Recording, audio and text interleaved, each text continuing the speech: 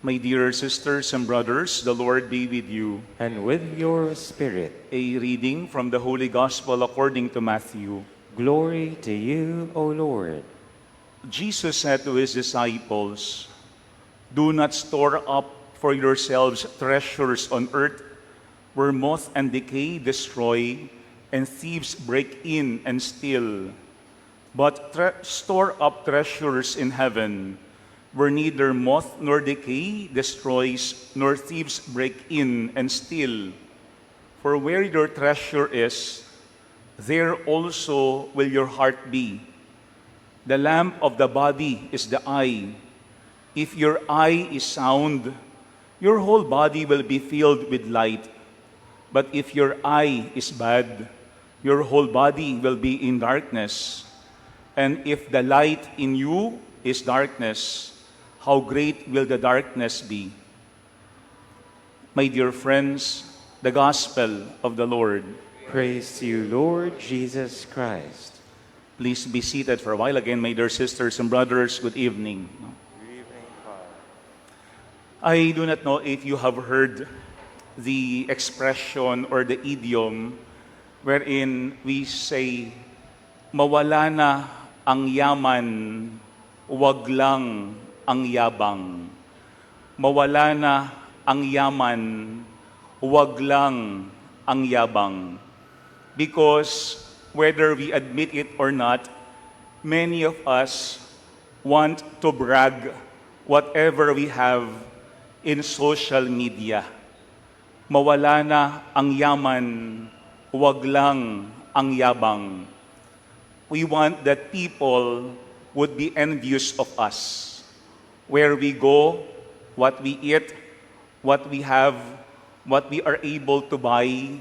That's why at times we brag about these things to other people. But the question is, what do you consider as your real treasure right now?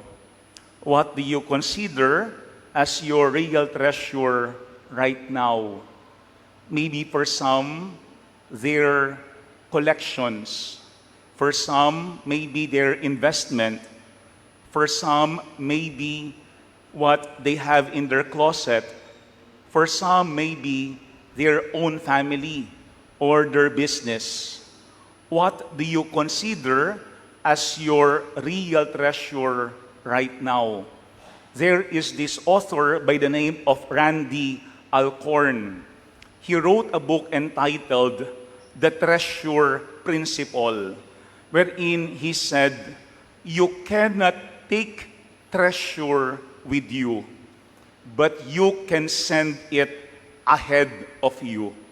You cannot take treasures with you, but you can send it ahead of you. Ano ang ibig niya sabihin doon? That we can choose to lay down or lay up treasures in heaven while we are still here on earth. Habang tayo ay nasa lupa pa, pwede na tayong magpadala ng kayamanan patungo sa langit. And with that, he gave 6 keys that fit with that principle. What are those 6 things that he gave? Number 1, he says, God owns everything, and I am God's money manager. God owns everything, and I am God's money manager. I think that is what we have to remember always, that God is the owner of everything that we have, that we are simply managers, or that we are simply stewards. Huwag natin kalilimutan yan, because sometimes we pretend to be the owner of everything, even of our own life. Buhay ko ito, lakas ko ito, kayamanan ko ito. Walang pakialam kahit sino man. Ako ang bahala dito. First, God owns everything, and I am God's money manager. Second, he said, my heart always goes where I put God's money. And that is also what we have seen in today's gospel, wherein Jesus said, where your treasure is, there also will your heart be. Kung saan tayo nag-i-invest ng ating sarili, ng ating panahon, nandoon yung ating puso. Maybe we also have to ask ourselves, nasaan ba yung ating quote-unquote investment? My heart always goes where I put God's money. Number 3, he said, heaven, which is the new earth, is my home. Heaven, which is the new earth, is my home. Let us not forget that we are simply pilgrims here on earth. This is not our real home. Yung ating goal, yung ating destination is no other than to be with God in heaven. That's why kailangan siguraduhin natin how we live here on earth will help us reach heaven.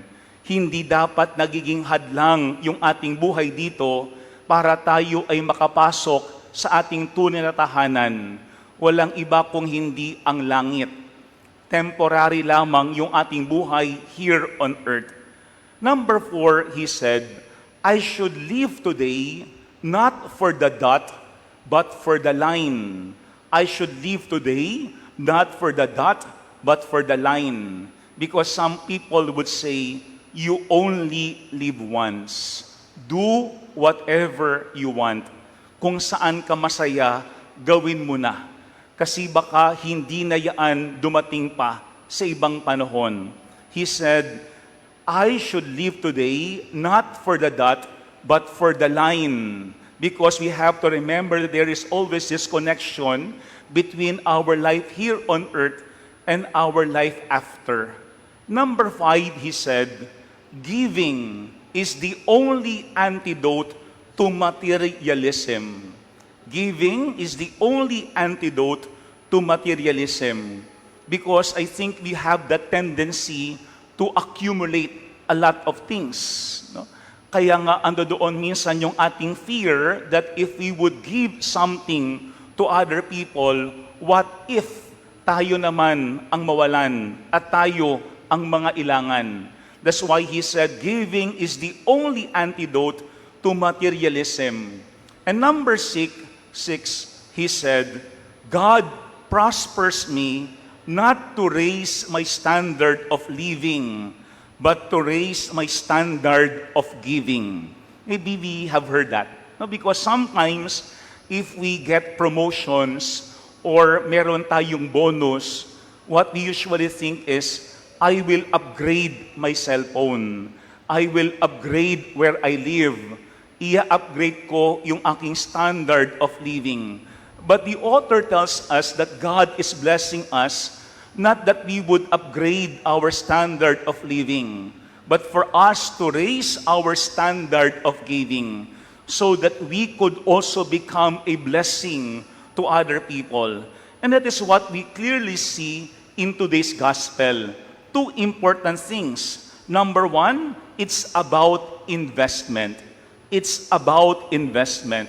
That's why Jesus said, do not store up for yourselves treasures on earth where moth and decay destroy and thieves break in and steal, but store up treasures in heaven where neither moth nor decay destroys nor thieves break in and steal.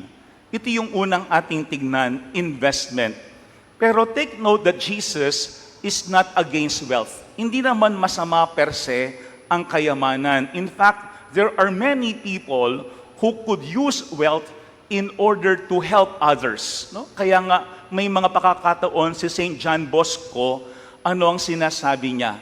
Kapag siya'y humihingi ng donation coming from the rich, he would tell them, I am just helping you to reach heaven. I am just helping you to reach heaven. Kasi pwedeng yung kayamanan ay hindi naman talaga maging masama kung hindi maging daan para tayo maging mabuti sa ating kapwa, for us to reach heaven. Kaya nga ano yung dalawang bagay na mahalaga when we talk of real investment based on our gospel. Number 1 is simplicity. When we say simplicity, it does not mean having unnecessary things. Not having unnecessary things. Kasi ngayong panahong ito, usong-uso, tinatawag nilang minimalism. Pero what do we really mean by simplicity? It is having focus. Kasi kapag napakaraming bagay sa ating paligid, we cannot live intentionally. Palaging sabog yung ating atensyon. Palaging nagiging burden, distraction, whatever surrounds us. Kaya nga ano ang sinasabi doon? We have to simplify our lives so that we could give fully ourselves to God or to what is really important in life. Kasi baka yung ating energy, yung ating attention, yung ating time, ang dami-dami nating pinaglalaanan. First is simplicity. But second, for us to have good investment, what is important is generosity. I remember one of my friends, ang sabi niya sa akin, marami sa atin, we consume a lot. We keep on buying a lot of things. Pero ang sabi niya sa akin, bakit hindi natin baliktarin? Instead of consuming, why not we contribute something to the society or to the life of other people? Ibig sa tayo ay mag-consume, magandang ating isipin, paano ba nating tutulungan at i-improve yung buhay ng ating kapwa to make a difference in the life of other people. Kaya nga when we talk of investment, it's not simply about things. It's investing your time. It's investing your own life or even your own talent to help other people para tayo ay mas maging kapaki-pakinabang sa ating kapwa. I remember once I said to my parishioners, kung ano ang sinasabi ng tao sa iyo habang ikaw ay nabubuhay, yun din ang kanilang sasabihin kapag tayo ay wala na. What people say about us while we are living is the same thing that they will tell us when we are gone, kapag tayo ay wala na. Kasi ando doon yung ating buhay na ginugol natin, maybe not only for ourselves, but for other people. First is investment, yung ating pinahahalagahan sa buhay. But second, panghuli, ang mahalaga is character, yung ating pagkatao. Because here in our gospel, Jesus said, where your treasure is, there also will your heart be. Siguro magandang ating tinanyaan, because where we focus, where we give ourselves to, will determine what we become and where we end up. Yung ating focus shapes our heart. Kung saan tayo laging nakatutok, yun ang umuhubog sa ating puso, sa ating pagkatao. And when we say heart is the center of our being. Kaya nga magandang ating tignan, do we reflect the love of God to other people even in small things? Kasi nandoon yung ating atensyon. Kasi doon ipinapakita yung ating real character. I think Jesus had given us this warning. Why? Because the problem with laying up treasures on earth is that they will really disappoint us. Kapag dumating tayo sa punto na nasa atin na ang lahat ng bagay, we will simply say, ito lang pala. Ito lang pala. Because they will not guarantee our happiness in life. They would disappoint us. But second, they could also distort our character.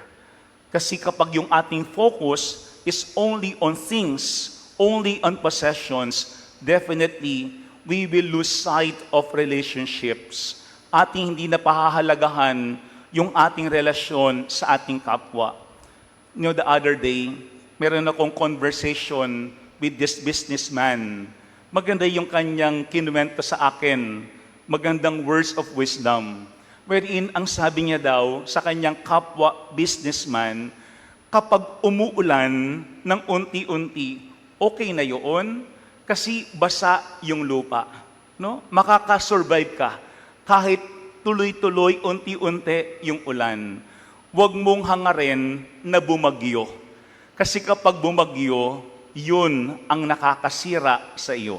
Pero magandang paalaala sa atin yan. Sometimes, we want a lot of blessings. We want a lot of possessions. We want a lot of wealth. We want a lot of popularity or power. But we have to be very careful about all these things because they could distort even our character and at the end could even destroy us. Two things that we have to remember in today's gospel. First is investment. Saan ba tayo naglalaan ng ating panahon at ng ating lakas? And second, character, yung ating pagkatao. Because what we value in life will reveal to others who we really are.